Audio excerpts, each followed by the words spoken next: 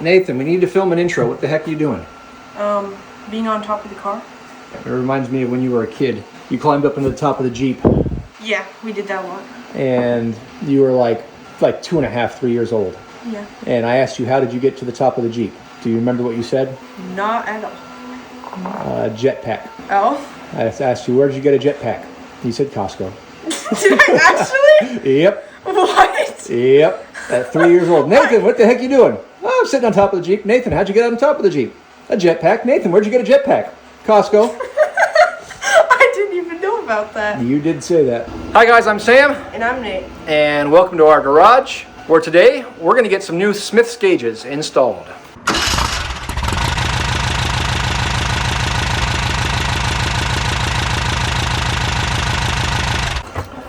Alright, teamwork here as we start to get Nathan's dash in.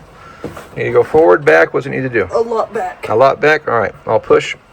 More. What you're going to have to do is angle the screw. I got it. Okay, there you go. And this is just a stock West Coast metric replacement dash. We did poke holes in this for the grab handle. We did 3D print out some hole plugs for this, and that. Yeah, I guess it looks better than carbon fiber. We've already got the screw in there and there, and we got the nuts there, and then we got the screws across the bottom here. All the nuts on the back of the dash. You got that one there. Oh, you're missing that one too, aren't you? No. This one right here? Oh, never mind, you got it right there. What about that one over there? Last time I was doing this, I was in the car with all the doors shut when we were seeing the front end. It got kind of hot in there quickly. Should have turned on your air conditioning, Nathan. Yeah, but I would have had to turn on the key. I don't want to burn up the coil. Can you push on this while I screw it? Maybe. I don't say the issue is I don't know. The issue is you need to get a longer screwdriver. Like this one? Yep. And we can actually get some leverage on it. Well, I mean, the thing is, I don't know where the actual hole is. Okay, well, take a look up there. Okay, yeah, so it needs to go back like 1/4 of an inch. Okay, so put the screw in and point the screw back 1/4 of an inch. Well, can you push it in a bit? And also, I need to screw on the screwdriver and my neck really hurts. Push. I'm pushing. Let go. You get it? Yep. Okay, all of them are in. Awesome. All right, let's try to get our glove box trim ring in. Does that have to come before the glove box and the glove box? Yes, because the glove box lid goes on after the fact. I've got this lip here super glued to the bottom side of the dash, and the trim ring is just temporarily set in place, and we will come back and work on this later. I've got a couple of screws temporarily in place, just holding the glove box trim ring while I go through and put our pins in place. Break off the tip of these rivets, and then you can push the head of the pin down into the rivet, and that will hold the rivet firmly into the dash. So I've got the 1, 2, 3 across the bottom. Just do the same thing across the rest of the holes. I'm going to use a heat gun to get this dash warmed up, to get this plastic material stretched into place and relaxed, and then I can put in my speedometer trim ring and our dash grill. Note that I do have our glove box in place. Trim ring, glove box lid, that's all set to go. Just working our way across the dash to get the speedometer in place so we have warning lights. That's kind of helpful. Also a gas gauge would be nice to know that we're not going to run out of fuel. Let's get our trim ring in place. And these things can be a pain. I can't tell you how many times I've broken little tabs off the back sides. There is a narrow side and a wide side. The narrow side goes to the bottom. It's too tiny. All right. Trim ring in. Bag gone.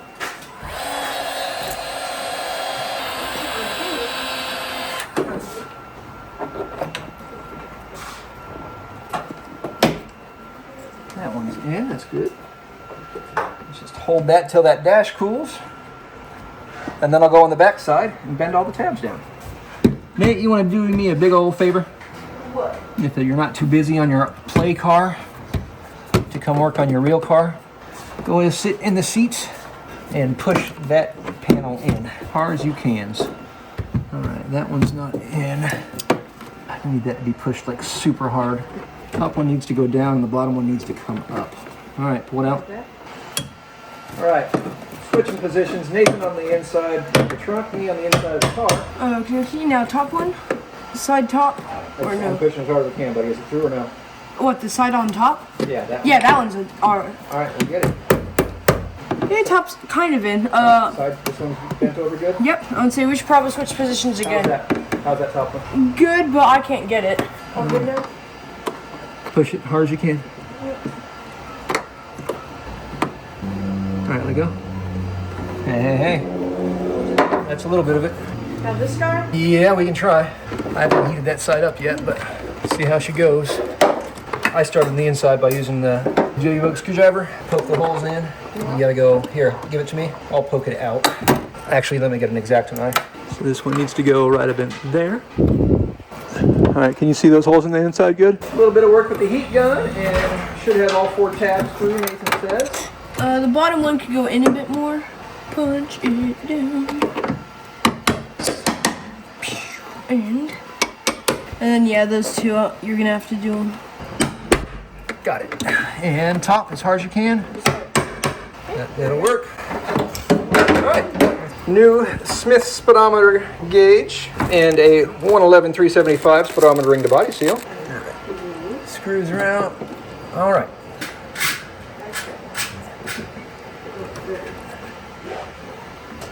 Definitely. That's better. All right, can you give me a proper Phillips screwdriver, please? I got that in place and snug. Let's see how we look on the inside. And it looks like a speedometer in a car. I say that looks pretty good in there. Gauge-wise, oil temperature in Celsius because metric car, I guess. I don't know. Still got to file that down some more. How's that?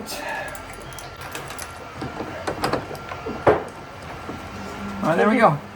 Voltmeter. Wow. Oil temperature. That looks like some gauges right there.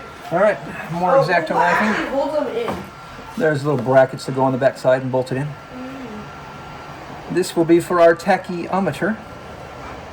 Bolt it into what? They're just clamps that go around the back side. Oh. Boom.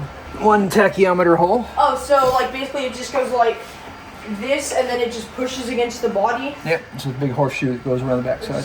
See, I must admit, Dad, these are some pretty dang friggin' fancy looking gauges. Yes. Yeah, I'm so glad I went with black and charcoal. Wow, Dad, that's insane. And then oil pressure and Fuel tank. I'd say pressure. on the bottom? No, top. Nope. Again, your primary gauges, oil, temp, oil pressure. Most importante. Less importante down here where your speedometer spokes are blocking the view. Speedometer spokes? Steering I'm wheel? sorry. It's like, I got half a tank.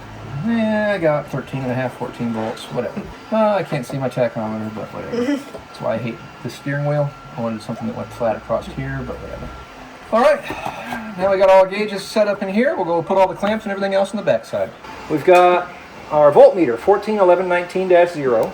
Oil pressure, 141115-0. Oil temperature, 141117-0. Fuel level gauge, 141121-0. Tachometer, 141108-0. Speedometer, 141101-0. So that's a full line of Smith's gauges. These are kind of the later model style gauges. You guys saw those inside already. Pretty good looking. Yeah, they look vintage and good. Speedometer wise, these things are kind of cool. They actually come with a sending unit that hooks directly up to your original cable. A harness that plugs in. This is our push to set for our tripometer, etc., etc. We can install this on the bottom side of the dash through a hole.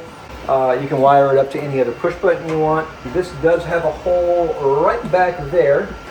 This hooks up to our cable inlet, and it just snaps together. It does? It does. This adapts our stock Volkswagen speedometer cable to our Smith's sending unit. And would you like to tell them why we're not just using the stock gauge? We're not using a stock gauge because I don't know why. Because like we have like massive tires. Oh yeah. This little adapter threads on there, and with the adapter in place, and let's make sure this spins. Yep. All right. Spins freely. All right. Now Nathan gets to try to put our speedometer cable body seal in. Oh, he's working on that. I'm tired of smelling fumes, so I'm going to put a gas tank breather line on. You're having a big old problem with that, aren't you, bud? Yeah, I'm almost there. Pew! Dead. Not there anymore. It's like, are you sure about that?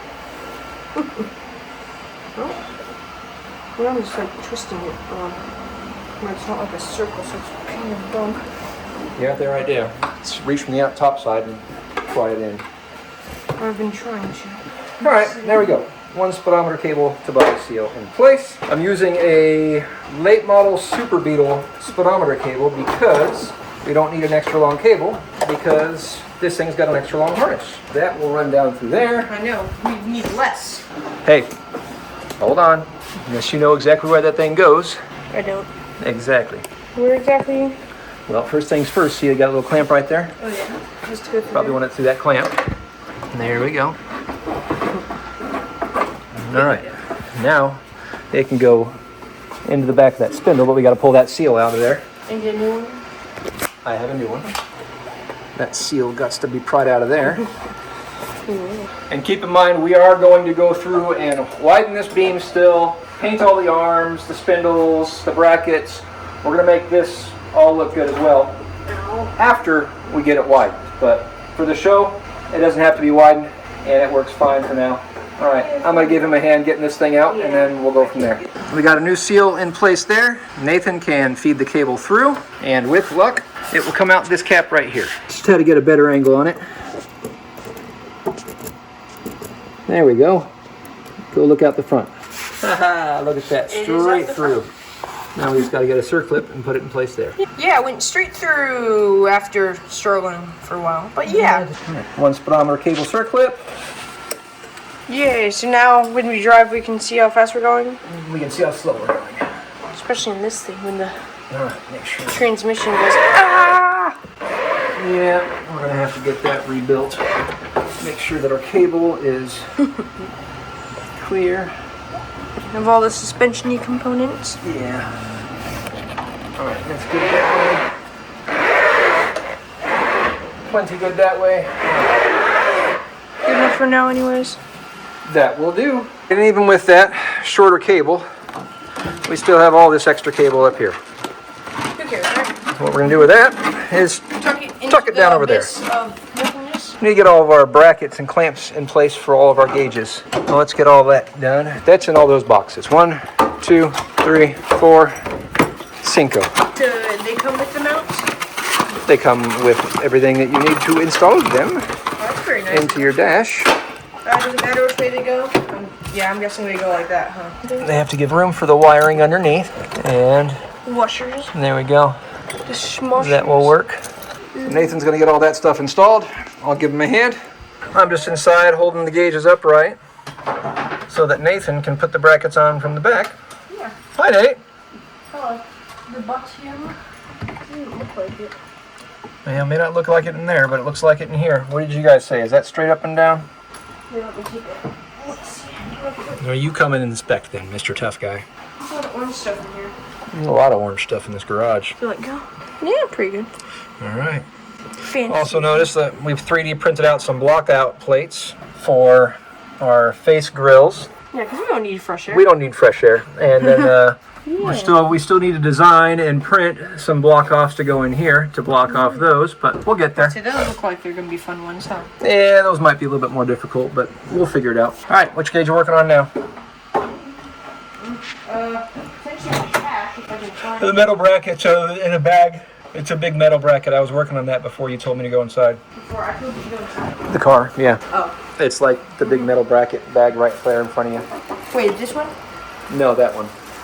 Oh, that one? No, that one that you just dropped the hardware on, Smarty Pants. That looks like we're up, down, straight up and down.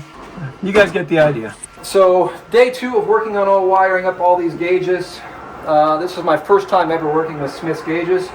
They're a little bit odd compared to the VDO that I've been working with for almost 30 years. But we've got it figured out for the most part. Currently about ready to hook up our high beam indicator down to our fuse box, hook us up just like stock. You have the warning light that goes down to an extra tab on the back of the fuse box off the high beam fuse.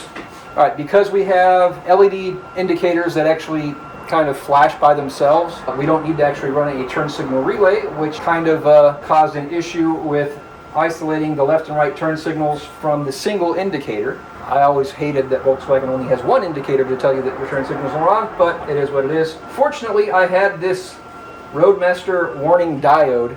I've had this thing for probably 20 years sitting in my electrical box. I finally got to use it, and basically it just divides our left and right signals, 2 inputs into 1 output, but it doesn't backfeed so that when you hit the left turn signal, the right turn signal goes on because these 2 wires are connected, and vice versa. Wait, so now if I turn it, it actually does one instead of both? That's the way Volkswagen's always been. My Super Beetle, I wired up my own indicators. Oh, so it did left only or right only? Yeah, on my Super Beetle, because I had a left turn indicator and a right turn indicator. Is this? No, it's got 1 turn indicator that tells you your turn signals are on, and it points both ways. So anyway, I'm going to keep on wiring everything up as much as possible, at least to a certain point. I'll probably hook up our tachometer, our fuel gauge is hooked up, our voltmeter is hooked up. I can't hook up our oil pressure or our oil temperature because I don't have the sending units for those currently. Pretty much everything else I can get set up, and I will. And then with that, other than those 2 gauges and eventually a radio, all the wiring is hooked up. It all needs to be gone through and cleaned up because it looks a bloody mess up here. But we've got a time crunch. It's Friday the 21st, 2 days before the show. And most of these gauges need to work, right? Well, I mean, it would be nice. With that, I'm going to keep on wiring things up, and today on YouTube, we just put the body on the chassis. Obviously, as you can see, we've gotten a little bit further than that in real life, but that's just the schedule on YouTube right now for our videos. So I'm going to keep on working on this, and then we're probably going to slap the hood on and drive down to the gas station and put some fuel in this tank because we're at the bottom sump of the tank. After putting another carburetor. Oh, yeah. And we're going to swap the carburetor because this thing's been sitting too long, and it was a used defective carburetor when we got it, although it actually worked fine last year. But It worked until it sat with fuel for a year. yeah, and then it didn't work, like carburetors do. So we're going to grab the one off the dune buggy and put it on here because the one on the dune buggy works really well. Well, Nathan? We have gauges. All the gauges we're going to have. I got the wiring cleaned up a little bit. The dash is as done as it's going to be. Oh, wait, Nathan. Where are we going to put our gloves? On our hands. And what are we going to do when we're going to take them off? But we're over there where they. But if we don't. If we're in the car and then we're driving. They're gonna go in the glove. Thank you. I know. See, they're gonna go up here. One thing I want to note on a glove box, just because we get this all the time. Every single one of these notches, it's there for a reason. Those are not broken. They're there for the glove box trim rings, bolts, brackets, screws. These notches are there for a reason. They're not chipped, they're not broken. Get started by hand first. Dad, you know what? Since you're so smart with Volkswagen, I think you should work on like a Volkswagen YouTube channel. That's a dang good idea. Heck, I should even work for a Volkswagen parts company. You know. Yeah, for 30 years. Okay, I got a couple more years to go, but yeah. All right, it's all cleaned up. Sorry, 20-something years. I don't know, I started in 1998. That means that you're 27. 27 years. This May will be 27 years, yeah. All Say right. this 8 mil isn't like exactly this right size. Well, then maybe it's the standard. Oddly enough, the one that fits. Now, I guess we can set the hood on. Well, I mean, technically we don't need to. I mean, technically you're right, but I think it's going to look a heck of a lot better if we did. Well, you're doing that, so I should probably put the forehead sleeve. Got him! The funny thing is I didn't even realize it. That's actually funny. The forehead shape. That's already on. Where's the, like... The bolts probably underneath all that paper over there. All right, we're off to the gas station to go get some gas.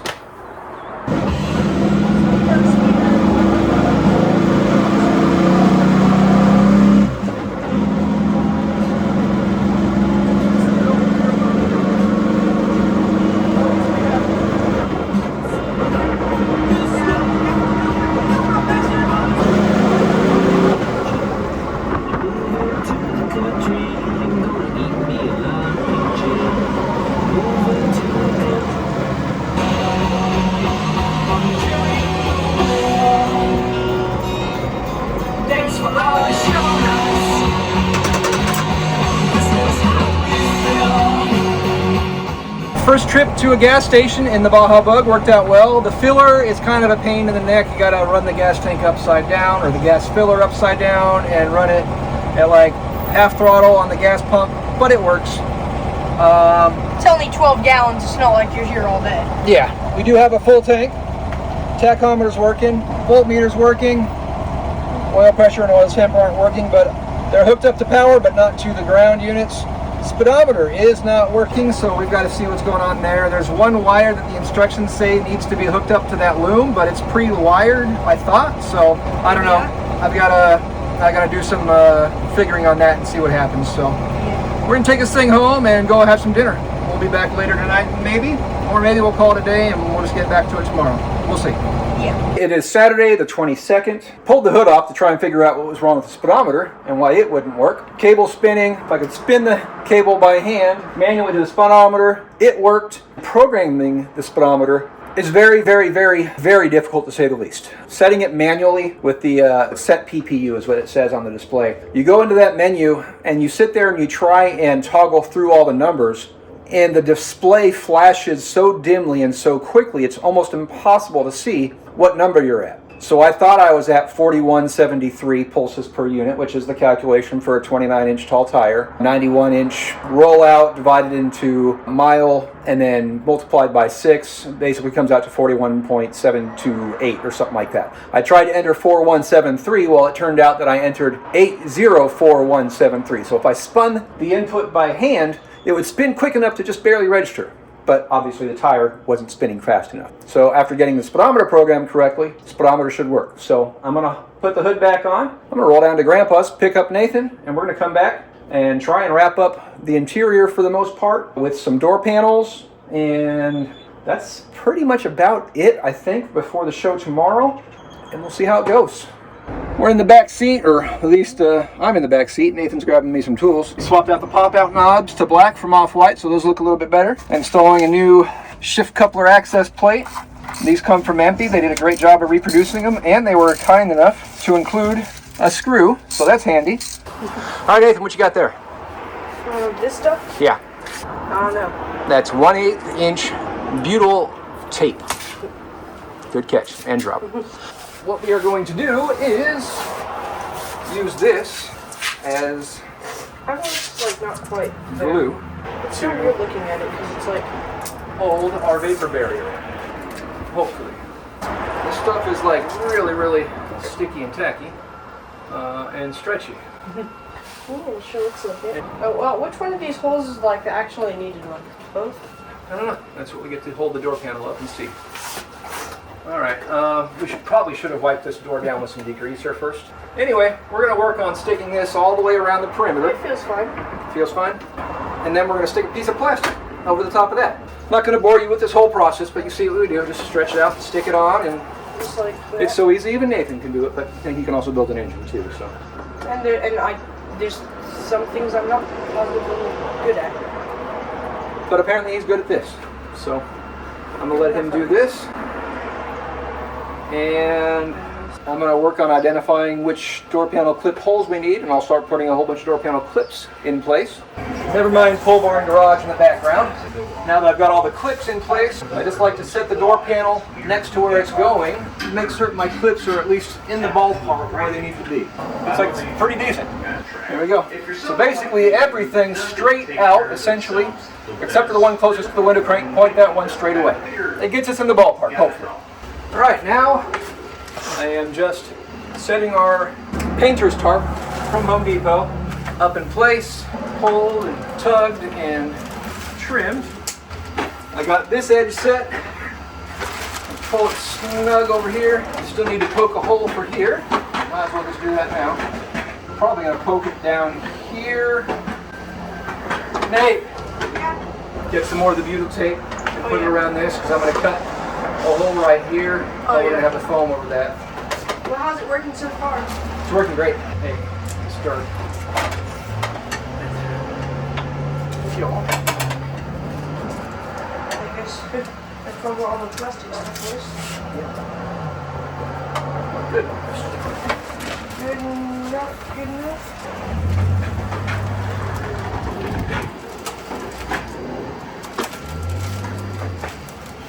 slide our piece of foam back in place. Let's just keep things quiet-ish.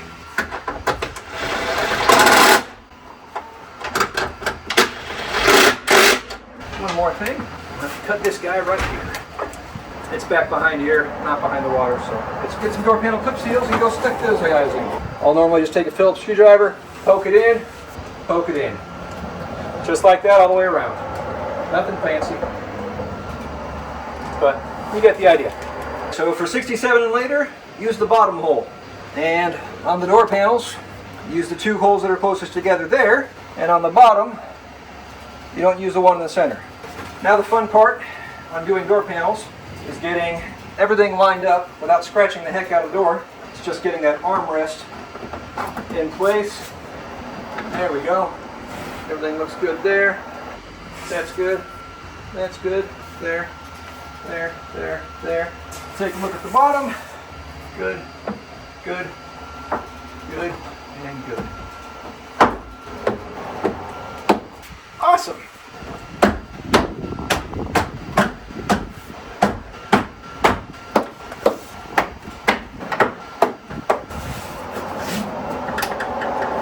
Door panel properly installed, along with the handy dandy and Prince cup holder. Now put our door release lever and window crank back on.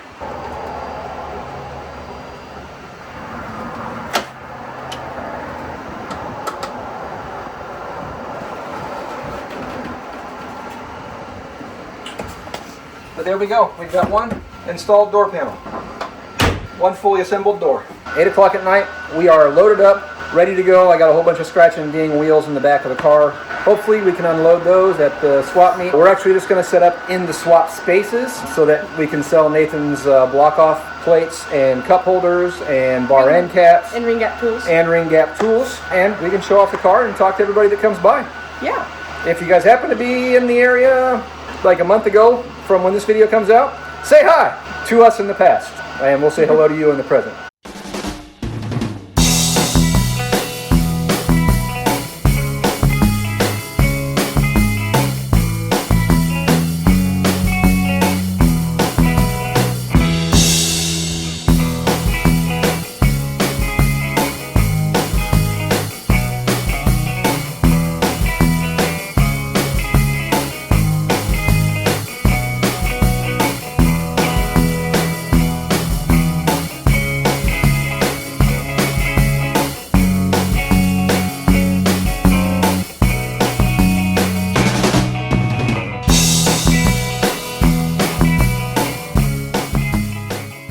To get our oil pressure and our oil temperature gauge hooked up, I'm using an EMPI bronze T fitting. Now this is cool because it allows the use of a 1/8 MPT temperature sender. This does have a long boss inside. We can install the temperature sensor into this. There's still plenty of room for the threads on our oil pressure sensor. And then we can still use our stock oil pressure warning light. So oil temperature gauge, oil pressure gauge, oil warning light, all attached with the EMPI oil pressure T fitting that just threads right into the stock case.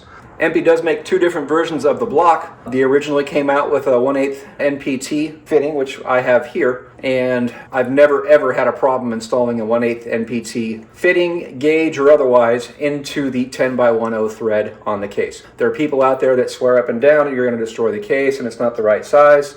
They might be right, but for almost 30 years I've been doing them in that way and I've never had an issue. So take that what you will. EMPI also does have a 10x10 bronze T now, just because I think they got the flack as well. So they have the NPT block here as well as a 10x10 block.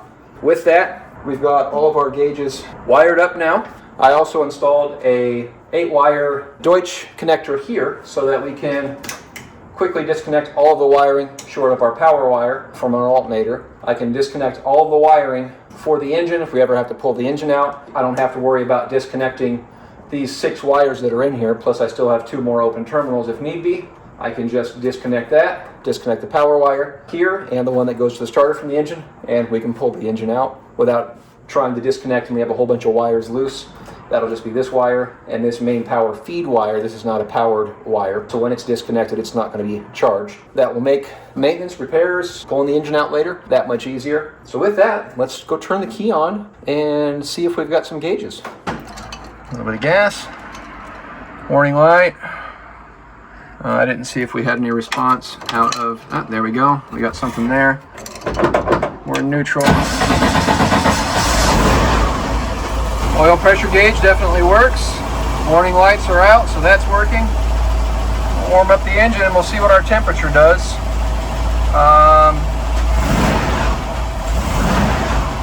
I wonder if I can just ground that wire out momentarily and see if I get a sweep on this or not. Hold on a moment. Well, the short answer is no, but I've never seen this needle move. I'm actually wondering if this gauge doesn't actually have power, so I'm gonna have to pull off the hood and take a look in there. But voltage, we've got a fuel gauge, we've got an oil pressure gauge, we've got a tachometer.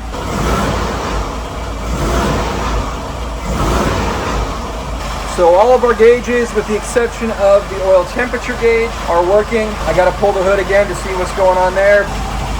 All right, it is Friday the 28th. I've tested 2 different sending units on our oil temperature gauge. The sending unit that's on the engine doesn't seem to read the temperature to this gauge.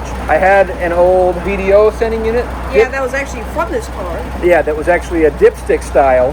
It sends a signal, but it pegs the gauge out even when it's completely cold. I'm gonna have to do some more research and find out what sending unit we need to get for this gauge.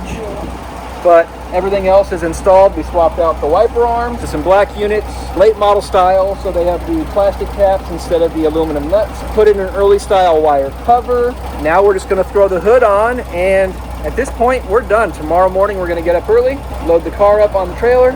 Oh shit, that's tomorrow. Yeah, tomorrow. That's the show. That's the first show you took your car to.